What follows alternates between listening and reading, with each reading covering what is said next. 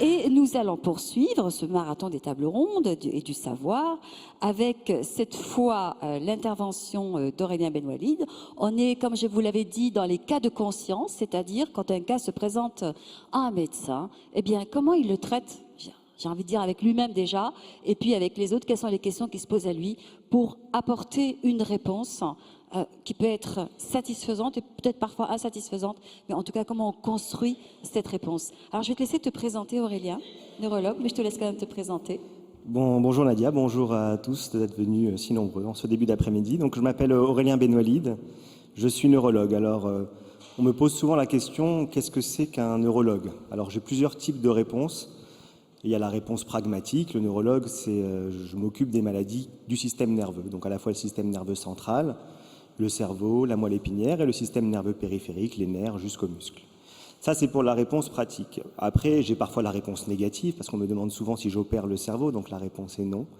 Et puis j'ai la réponse un peu plus poétique ou un peu plus philosophique que je garde habituellement pour mes proches, mais que je vous livre aujourd'hui puisqu'on est entre nous. J'ai tendance à dire que la neurologie, c'est presque tout et presque rien. Presque tout parce qu'on ne voit pas avec ses yeux, on n'entend pas avec ses oreilles, on ne touche pas avec ses mains, on ne goûte pas avec sa langue, mais c'est bien le cerveau qui est à l'origine de l'intégration de tous ses sens, de tout ce qui se passe à l'extérieur et de tout ce qui se passe à l'intérieur. C'est presque rien aussi parce que finalement tout ça, le plus souvent, fonctionne correctement et naturellement et on n'a pas besoin de se poser la question du comment pour que ça fonctionne. Alors ça, c'était jusqu'à maintenant, mais ça va bientôt changer parce que dans l'avenir, les neurosciences, la neurologie et l'étude des neurosciences de manière générale va prendre une place de plus en plus importante dans la société. Comme l'a dit Laurent Alexandre à la tribune lors de son inauguration, les neurosciences font partie de l'arsenal du transhumanisme avec les nanotechnologies, la biotechnologie et l'intelligence artificielle. Donc, merci de pouvoir aborder les questions de bioéthique avec vous au sujet de la neurologie et des neurosciences parce que c'est probablement quelque chose dont on va être amené à rediscuter en tant que citoyen très bientôt. Alors, je vais vous présenter un cas clinique dans quelques instants qui a trait à un jeune homme, un jeune adolescent plutôt, à qui on a diagnostiqué un trouble de l'attention avec hyperactivité, donc ce qu'on appelle le TDAH.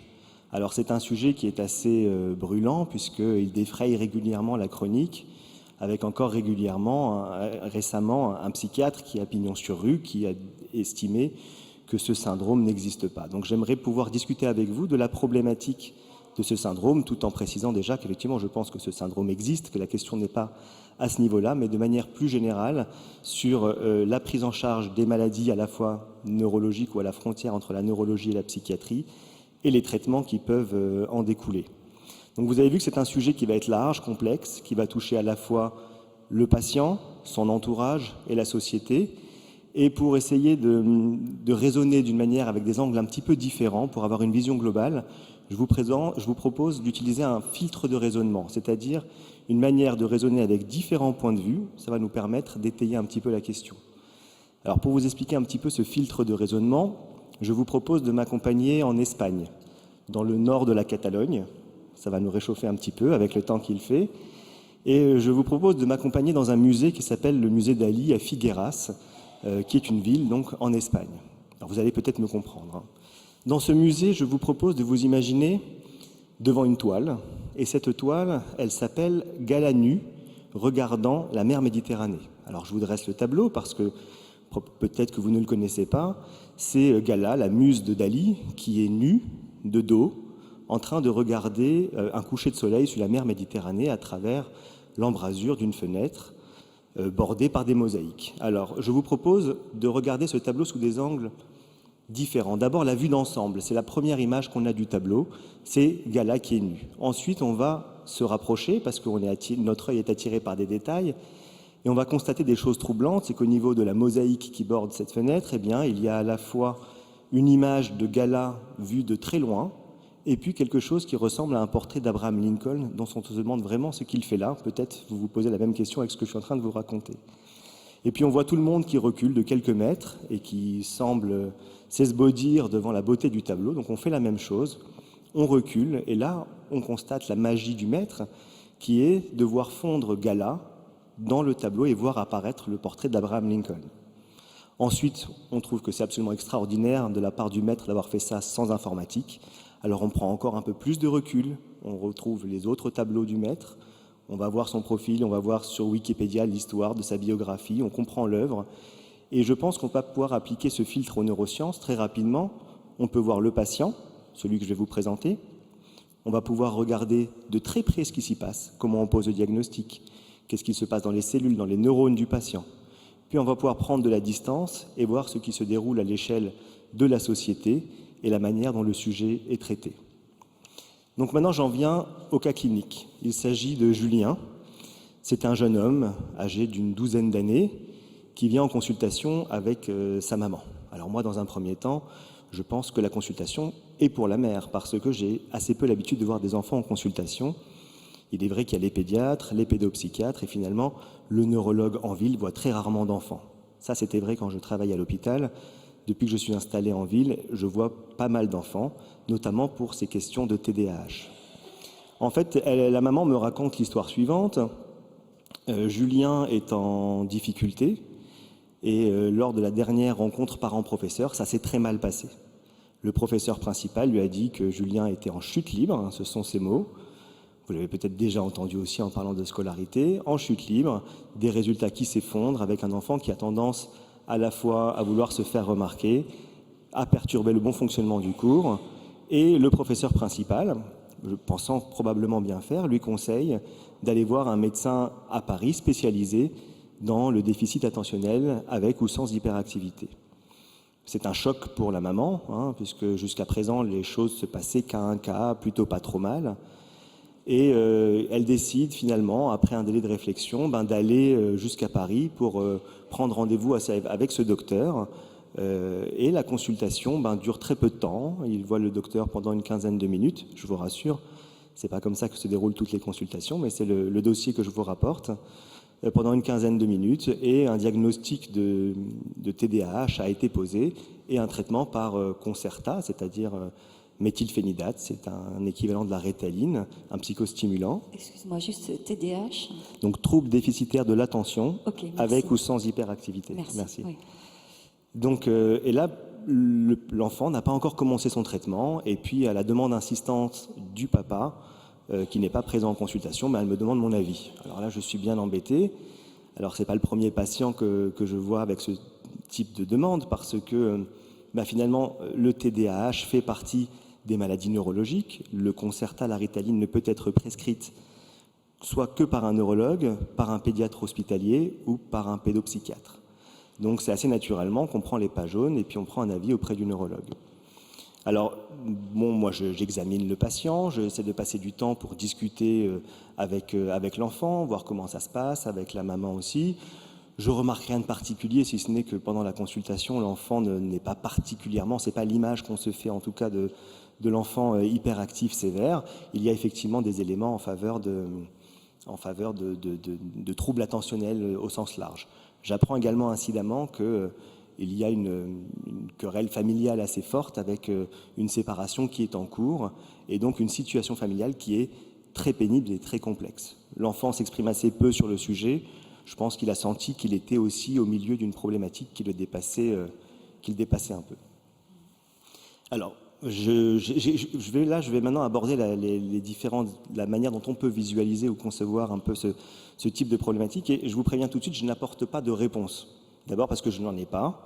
Et je vous soumets un certain nombre de questions auxquelles on aura peut-être l'occasion de discuter. La vue d'ensemble, tout d'abord. Donc le TDAH, on a dit, c'est le trouble déficitaire de l'attention et de l'hyperactivité. Ça fait partie de ce qu'on appelle les troubles neurodéveloppementaux ou les troubles spécifiques des apprentissages. C'est quelque chose qui est connu maintenant depuis un certain nombre d'années, qui est très connu et très diagnostiqué dans le continent nord-américain et qui commence effectivement à être connu en France. Alors ça se manifeste par des enfants qui sont très impulsifs, qui sont intolérants à la frustration et souvent avec un retard des acquisitions. Ce sont toujours des enfants intelligents, voire même parfois supérieurement intelligents, mais qui ont des grandes difficultés sur le plan cognitif et émotionnel à maintenir une concentration ou leur impulsivité.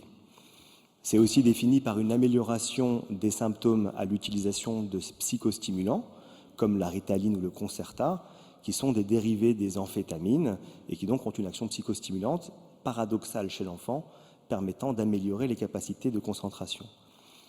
Ce qui est très important, c'est qu'il y a un pattern de sévérité qui est très variable, avec à la fois des enfants qui sont incapables de faire le moindre apprentissage, mais également des enfants qui ont un pattern beaucoup plus léger et beaucoup plus difficile à diagnostiquer. On estime sur l'ensemble des continents à 5% des enfants qui présentent un TDAH.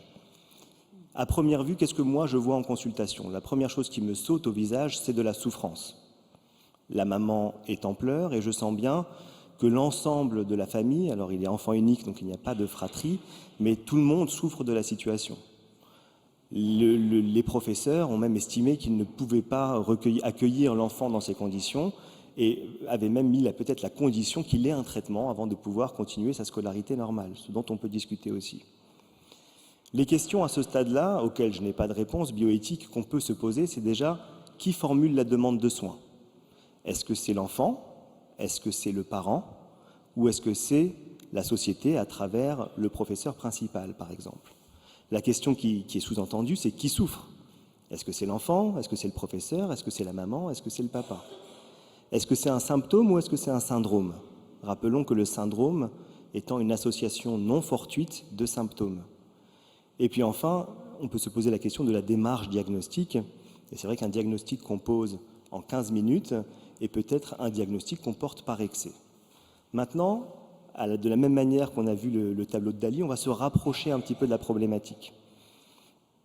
Comment diagnostique-t-on un TDAH? Il existe un manuel qu'on appelle le manuel diagnostique et statistique des maladies mentales, dans sa 5e mouture, c'est le DSM, qui est en fait une Bible, pas au sens religieux du terme, qui permet de définir de manière internationale qu'est-ce qui est normal et qu'est-ce qui est pathologique dans le terme des comportements et des maladies psychiatriques. Ce DSM propose un questionnaire avec un certain nombre d'items, et si vous avez ou nous avons plus de 6 réponses positives, à ce moment-là, le diagnostic de TDAH est confirmé. Je vous dresse rapidement les questions qui sont posées. Il fait des fautes d'étourderie, difficulté pour soutenir son attention, semble souvent ne pas écouter quand on lui parle, ne se conforme pas aux consignes, perd des objets, se laisse distraire, fait à contre-cœur les tâches qui demandent un effort, a des oublis, se tortille sur son siège, souvent court ou grimpe, a du mal à se tenir tranquille, est monté sur ressort, parle souvent trop, répond avant la fin des questions, impose sa présence et coupe la parole. J'en viens à ce qu'on appelle, quand on est face à un test de dépistage, ce qu'on appelle la sensibilité et la spécificité. Un test sera dit sensible à 100% si 100% des cas de TDAH sont diagnostiqués par le test. Un test sera dit spécifique à 100% si on ne diagnostique que des TDAH et qu'il n'y a pas ce qu'on appelle de faux positifs. Vous comprendrez aisément que ce diagnostic et ce questionnaire, qui est probablement ce qu'on peut faire de mieux, avec les bilans neuropsychologiques qui sont associés parfois ensuite, est un test qui est très sensible, mais probablement très peu spécifique. Sur le plan de la prise en charge, donc ce sont les psychostimulants, c'est également l'ergothérapie, la psychomotricité, parfois les thérapies cognitivo-comportementales. Un point, comme on est en train de zoomer, de faire le focus, sur la physiopathologie, il y a bien entendu un certain nombre de facteurs qui ont été mis en évidence. Tout d'abord, l'héritabilité, donc il y a une composante génétique, l'exposition prénatale à un certain nombre de facteurs, l'alcool, le tabac, les lésions, qu'elles soient dans l'enfance ou in utero, le stress, les carences alimentaires, et j'en passe. Tout le monde s'accorde à dire qu'il y a probablement des facteurs confondants, cela signifiant qu'il faut prendre avec un peu de réserve les différents facteurs qui ont été évoqués à l'instant.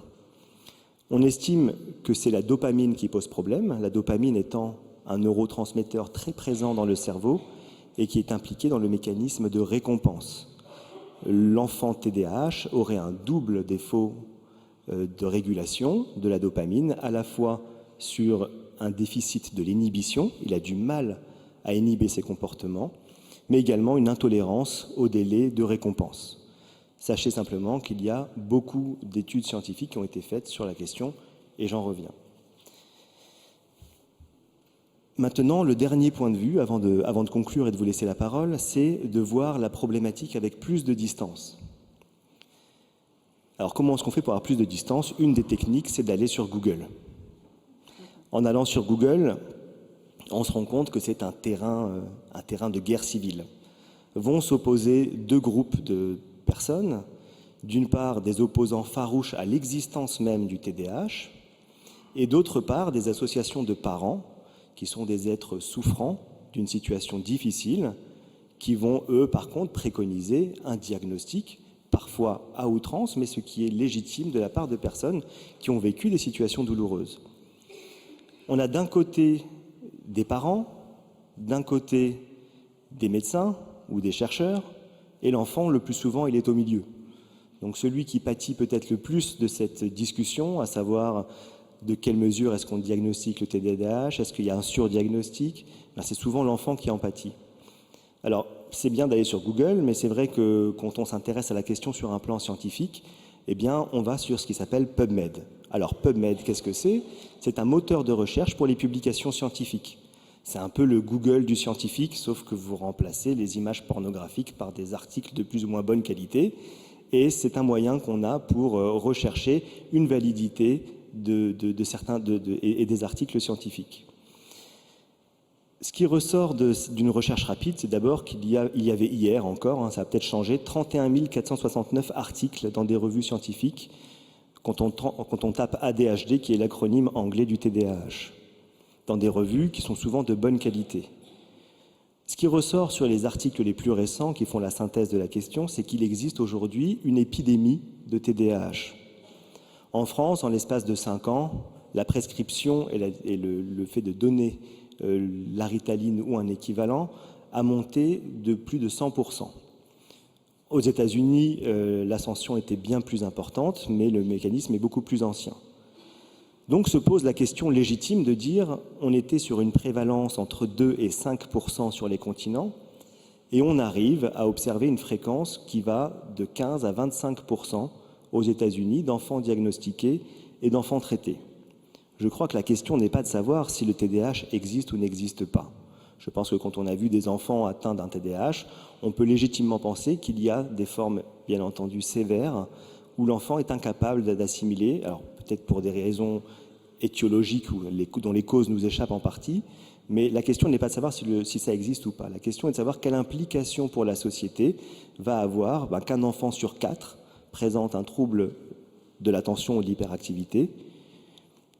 C'est une question dont on ne mesure pas encore les enjeux aujourd'hui. Ce que je retiens aussi de cette exploration de la question sur les moteurs de recherche, c'est que finalement, on a déployé des monstres d'ingéniosité, de la biotechnologie, de l'étude épigénétique, des techniques extrêmement complexes, plus de 30 000 articles, sur un diagnostic qui est malheureusement aujourd'hui retenu sur un questionnaire dont la sensibilité et la spécificité doivent nous faire reconsidérer la question. Moi, ça me fait penser un petit peu à la phrénologie, en version 2.0, c'est-à-dire la phrénologie, c'était l'étude de la forme du crâne, et on estimait que, par exemple, la bosse des maths, c'était un élément de phrénologie. On considérait que voilà, il y avait un endroit du cerveau qui était plus développé chez les patients matheux. Eh bien, en fait, là, finalement, toutes ces études, j'ai l'impression qu'elles sont là et qu'elles nous rendent compte de quoi?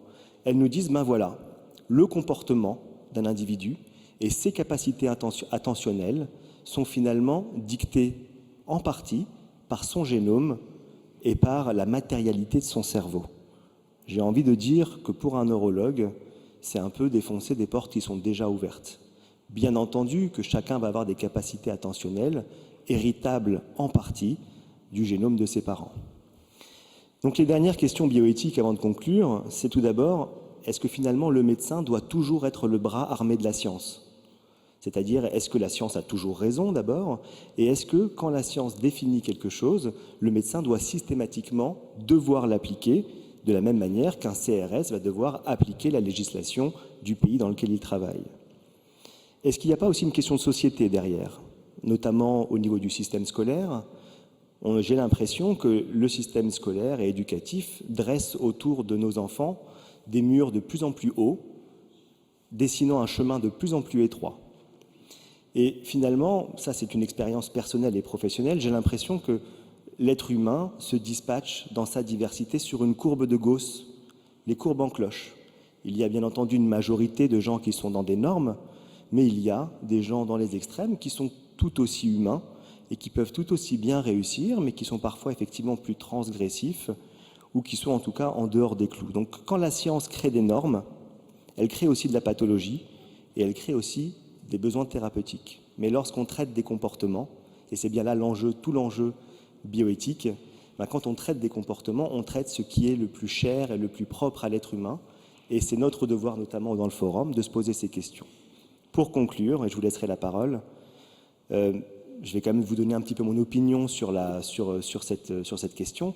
Je suis complètement hors polémique parce que je trouve que d'un côté comme de l'autre, dire que le TDAH n'existe pas ou dire que le TDAH est présent chez un quart des enfants est probablement aussi faux l'un que l'autre. Ceci dit, je pense qu'il faut toujours contextualiser ce syndrome. Julien, par exemple, eh bien, évidemment qu'il était dans une situation familiale qui était très singulière. Et il n'est pas un enfant qui n'était pas en mesure d'apprendre quoi que ce soit. Donc je pense qu'il faut une démarche diagnostique qui est longue, qui est plus élaborée, qui est plus difficile pour le médecin aussi, mais qui nécessite une approche non pharmacologique immédiate. Après, il faut rester humble et éviter autant que faire se peut de mettre l'enfant au milieu de tout ça. Je terminerai juste sur une anecdote. Comme vous avez un peu vu que le célèbre moustachu du chocolat Lindt nous a accompagnés un petit peu, sachez quand même que Salvador Dali était un hyperactif et un inattentif connu, célèbre. Et la question, c'est est-ce qu'il aurait peint ce tableau s'il avait été sous Ritaline ?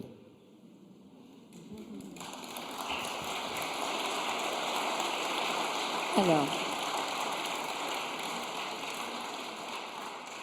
Madame, si vous voulez juste vous lever pour qu'on puisse vous voir, s'il vous plaît. Merci. Bonjour. Moi, je me posais une question par rapport à un outil que vous avez évoqué, c'est le DSM. Moi, je fais référence au dernier film de Ken Loach, je ne sais pas si vous l'avez vu, mais quand il va quand il a eu sa crise cardiaque alors qu'il est dans le bâtiment et qu'en fait il va pour trouver un emploi alors qu'il est inapte, on lui fait un questionnement comme ça également et ça ne répond à aucun de ses problèmes. Alors ma question c'est, finalement les questions du DSM sont-elles pertinentes dans tous les cas ? Alors le DSM, c'est déjà quelque chose, historiquement, on en est à la 5e version, ça veut dire qu'il y en a eu 4 autres avant. Je pense que c'est à la fois un outil qui est formidable parce qu'il permet enfin, pour des maladies qui sont difficiles à diagnostiquer, d'avoir un certain nombre de critères, mais malheureusement, on est de plus en plus large dans ce qui est de l'ordre de la pathologie mentale, et bien entendu, on surdiagnostique beaucoup des gens, parce qu'il peut y avoir, alors je suis pas dans mon domaine, parce que je suis neurologue, je suis pas psychiatre, mais je pense qu'effectivement on crée des normes et donc on crée des gens qui sont malades là où ils n'étaient pas forcément considérés comme malades avant. Et mettre les gens dans des cases, je crois que c'est toujours dangereux et il vaut mieux pouvoir laisser aussi la chance à l'individu de se développer en tant que tel. Est-ce qu'il y a une autre demande de parole ? Oui. Moi, je me posais une question par rapport à la part d'inné et d'acquis. Notamment, vous avez un peu décrit ce qui se passait au niveau neurobiologique. Est-ce que finalement, ce circuit de la récompense, etc., il n'est pas influencé par des critères dans l'éducation de l'enfant ?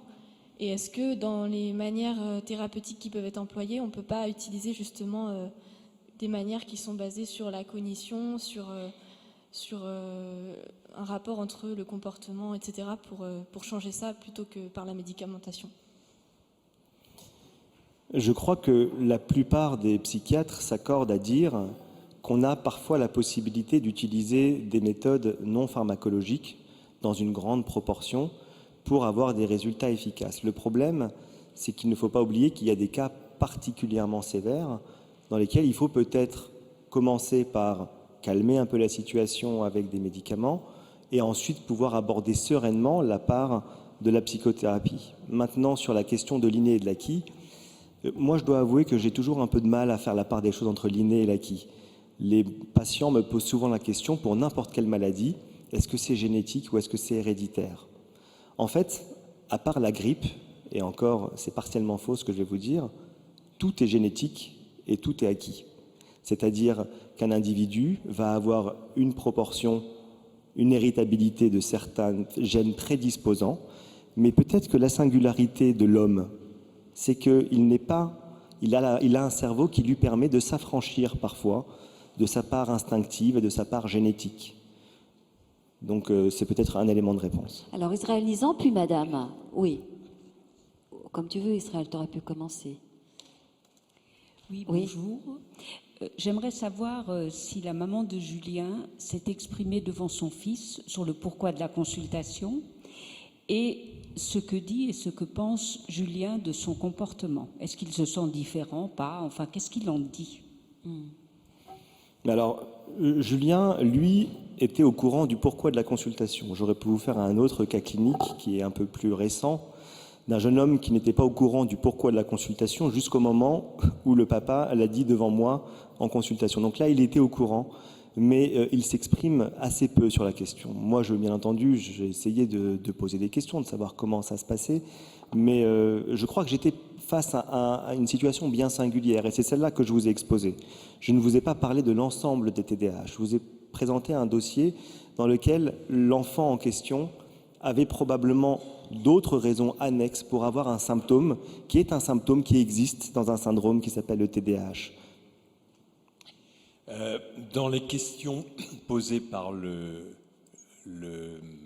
manuel de psychiatrie américain, je me reconnais dans une dizaine de questions au moment où j'avais 6 ans. Et la question qui me vient, c'est que j'ai sûrement eu la chance que mes parents ne me collent pas l'étiquette sur le front d'hyperactif. Et ma question est la suivante. Quand on a un diagnostic d'arthrose, on a de l'arthrose et on ne va pas plus mal après que le diagnostic d'arthrose ait été posé qu'avant. En revanche, quand on porte un diagnostic sur les troubles du comportement, je pense qu'on va plus mal après quand on est étiqueté dans une case comportementale. Ma question est la suivante. Comment faire pour le médecin pour ne pas faire que dans ce domaine-là, les gens aillent plus mal après qu'avant? Je crois qu'il...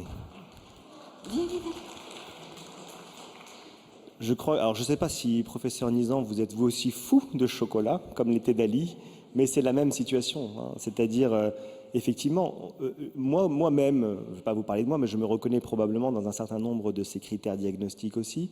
Et je me suis posé la question.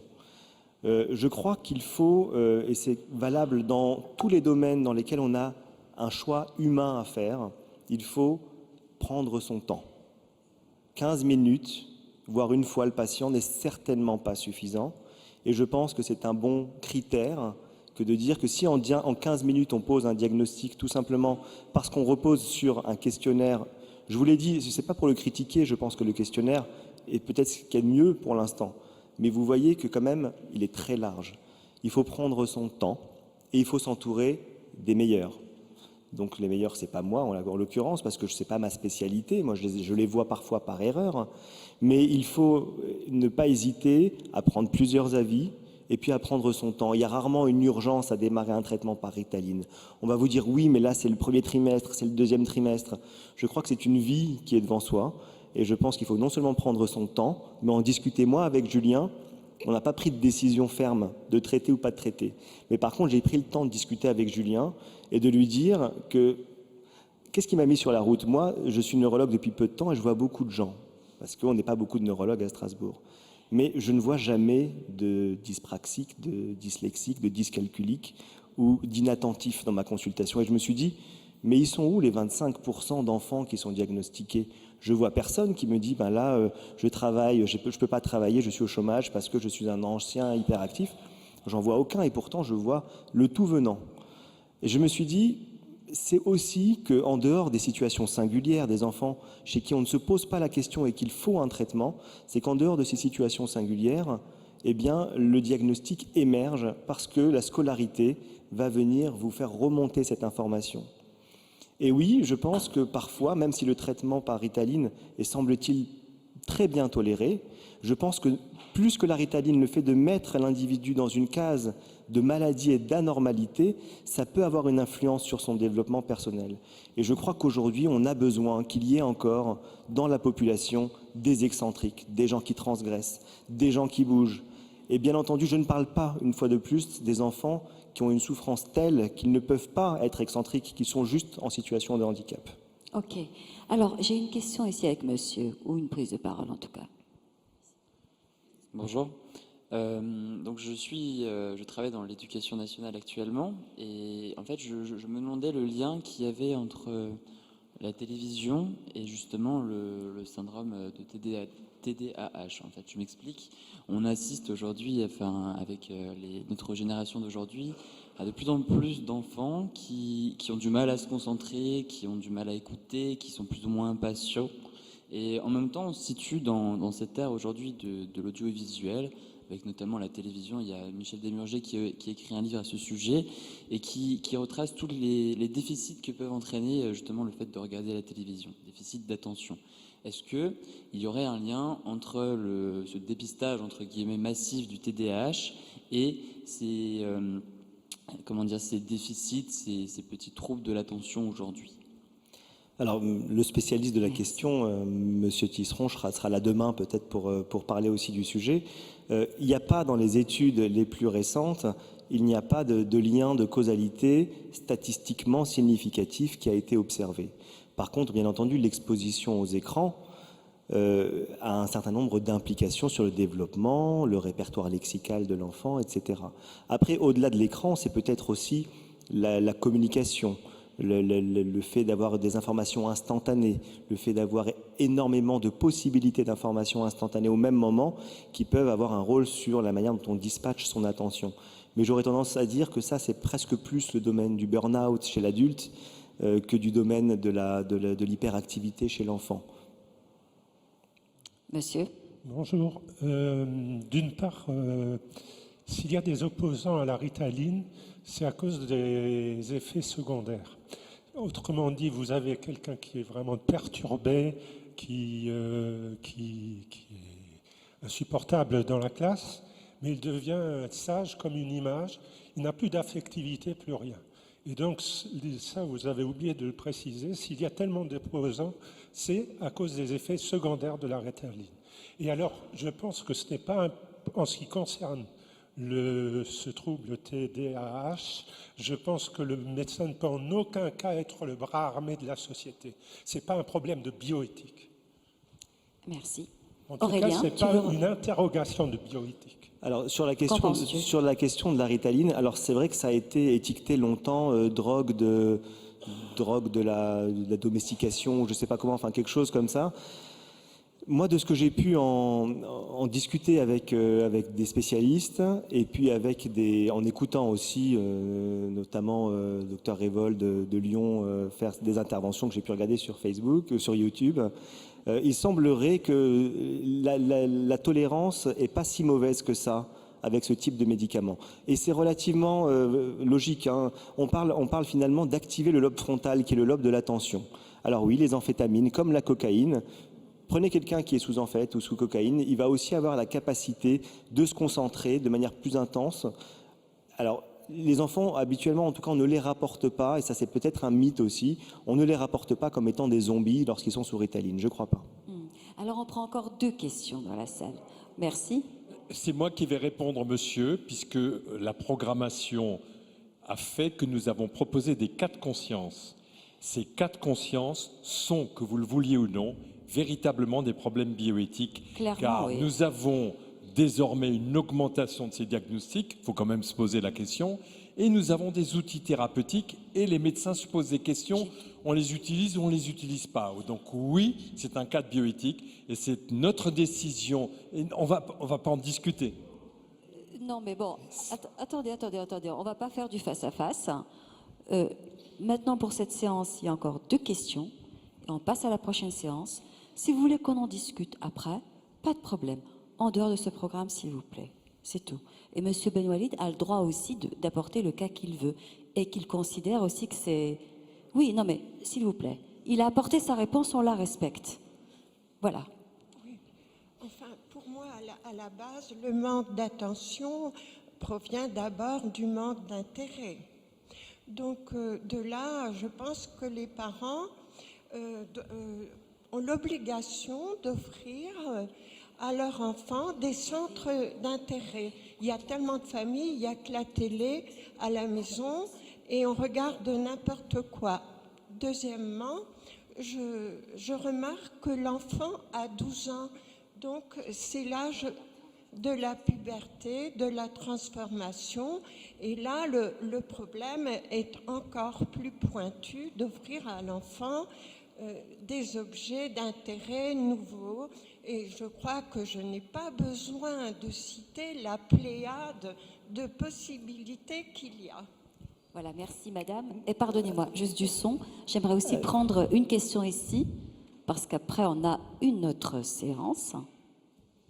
Ce n'est pas forcément très pertinent dans la mesure où ce ne sera pas lié à ce qui vient d'être dit. Et pardonnez-moi également si j'ai tendance à m'abstraire un petit peu de la problématique concrète qui a pu être esquissée jusqu'à présent, mais je m'interrogeais, et ce qu'elle est une bonne illustration, sur l'état de la doctrine médicale sur un point bien particulier qui a plus ou moins été esquissé en l'occurrence dans votre présentation. Il s'agit du fait que bien souvent, et d'ailleurs c'est illustré également par le fait de la recrudescence des diagnostics sur cette maladie, c'est-à-dire que certes on peut se dire que c'est parce qu'il y a davantage de cas aujourd'hui, mais c'est comme par exemple pour les chiffres de la criminalité, excusez-moi, ce n'est pas toujours tout à fait révélateur, c'est-à-dire que ça ne signifie pas, le fait que les chiffres de la criminalité augmentent ne signifie pas nécessairement qu'il y a plus de crimes, mais peut aussi signifier simplement que davantage de crimes sont signalés ou ont été enregistrés. Enfin bref, vous voyez où je veux en venir. En l'occurrence, pour la multiplication des diagnostics, il pourrait s'agir d'un changement également des attentes de la société et pas uniquement d'une augmentation du nombre de cas.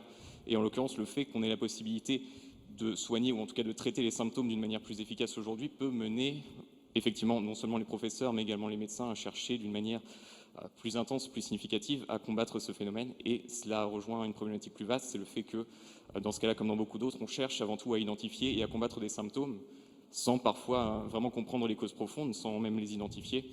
Et encore une fois, ça peut poser un problème puisque ces symptômes sont généralement, comme vous l'avez dit d'ailleurs, des errements, des déviations, des dérives par rapport à la norme sociale. Et ça pose un problème de traiter certains individus sans leur consentement, au motif que ceux-ci ne sont pas aptes à émettre leur consentement, précisément parce qu'ils ne sont pas dans la norme sociale qui leur permettrait théoriquement de raisonnablement se prononcer. Enfin, c'est certaines questions sur lesquelles je m'interrogeais dans la doctrine médicale actuelle. D'accord.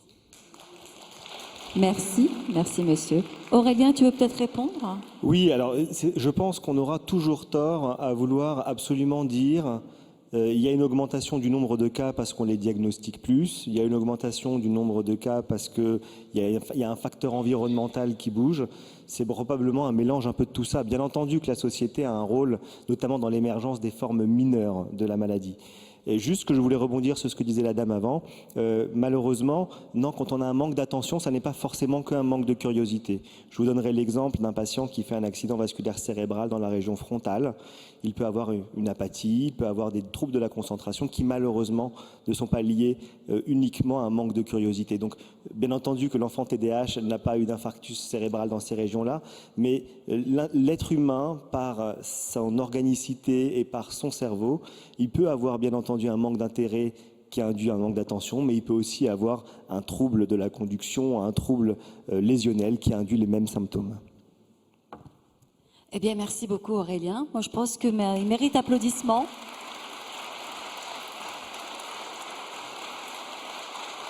Merci vraiment. Oui ? Merci.